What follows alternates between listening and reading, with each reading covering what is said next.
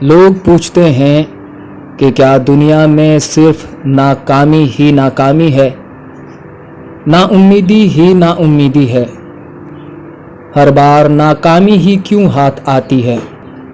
کبھی بھولے بھٹکے جیت بھی جائیں تو آخر میں ہار ہی ہاتھ آتی ہے۔ ایسا لگتا ہے خدا ہماری ہر خواہش کے خلاف کام کرتا ہے، پورا زمانہ ہمارے خلاف ہے، مگر ایسا بالکل نہیں ہے۔ زمانہ تو بالکل غیر جانبدار ہے، یہ سارے کھیل تمہارے ہی رچائے ہوئے ہیں۔ دراصل تم نے شرطوں سے رب کو مانا ہوا ہے کہ ایسا ہوگا تو رب اچھا ہے، ایسا نہ ہوا تو رب تمہارے خلاف ہے۔ تم جیت گئے تو ٹھیک، ورنہ زمانہ سارا ہی برا ہے۔ امید لگاتے ہو مگر ہاتھ نا امیدی آتی ہے، پھولوں کی خواہش کرتے ہو مگر ہاتھ آتے ہیں تو کانٹے۔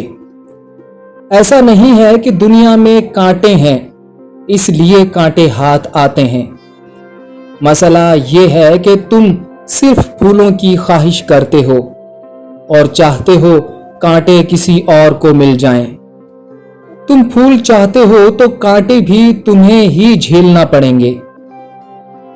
تم امید کے سہارے زندہ ہو اور امید بھی وہ جو کہ جیسا تم نے چاہا ویسا ہی ہو۔ امید کا مطلب ہوتا ہے کہ تمہارا مستقبل تمہاری خواہش کے مطابق ہو، مگر یہ اتنا بڑا جہان تمہاری خواہش کے مطابق نہیں چل سکتا، اور ایک دو لوگوں کی خواہش ہوتی تو شاید یہ چل بھی جاتا، مگر اربوں لوگوں کی خواہشیں ہیں۔ کوئی چاہتا ہے سردی ہونی چاہیے، کوئی کہتا ہے گرمی ٹھیک ہے، کسی کو بارش پسند ہے تو کوئی بہاروں کا دیوانہ ہے۔ اگر تمہاری خواہشوں کے مطابق زمانے کا نظام چلنے لگے تو تمہاری طرح گھن چکر بن جائے گا، اور بات صرف زمانے تک ہی ہوتی تب بھی قابل قبول تھی۔ تم تو خدا کو بھی چاہتے ہو کہ تمہاری مرضی کے مطابق چلے۔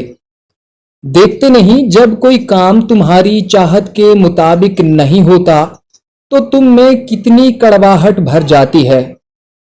لوگوں سے کہو نہ کہو مگر اپنے اندر ضرور کہتے ہو کہ ایسا ہو جاتا تو زیادہ ٹھیک تھا، ویسا ہو جاتا تو زیادہ مناسب تھا۔ تم خود کو خدا سے زیادہ عقل مند سمجھتے ہو، ایسے میں تمہیں نا امیدی ہاتھ نہ آئے گی تو اور کیا ہوگا؟ سمندر لہر کی خواہش کے مطابق نہیں چل سکتا، لہر کو ہی سمندر کے حساب سے چلنا ہوگا۔ اگر لہر چاہے کہ سمندر اس کی مرضی کے مطابق چلے تو وہ اداس ہی ہوگی، اور یہی ہم سب چاہتے ہیں۔ اسی کا نام نا امیدی ہے، اداسی ہے۔ ہاں، سمندر کے ساتھ خود کو ایک مان کر لہر چلے تو جیتے گی، پھر کوئی نا امیدی نہ ہوگی۔ جو ساگر کی مرضی وہی اس کی مرضی، پھر ہارنے کا سوال ہی نہیں رہتا۔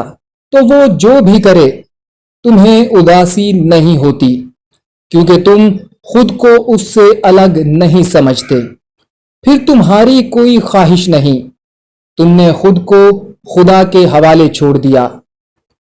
اب تمہاری الگ سے کوئی جیت نہیں، اور جب جیت تمہاری نہ رہی تو ہار تمہاری کیسے ہوگی؟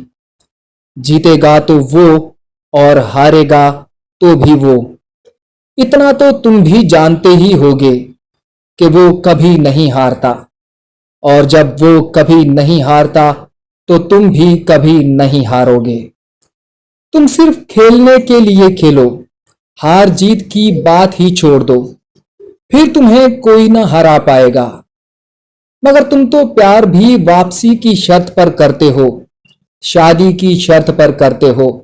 تمہارے ہر پیار میں وجہ ہوتی ہے، تم پیار کرنے کے لیے پیار تھوڑی کرتے ہو، اور جس پیار میں وجہ ہو وہ پھر پیار نہیں رہتا، وجہ بن جاتا ہے۔ جب تک وجہ رہے گی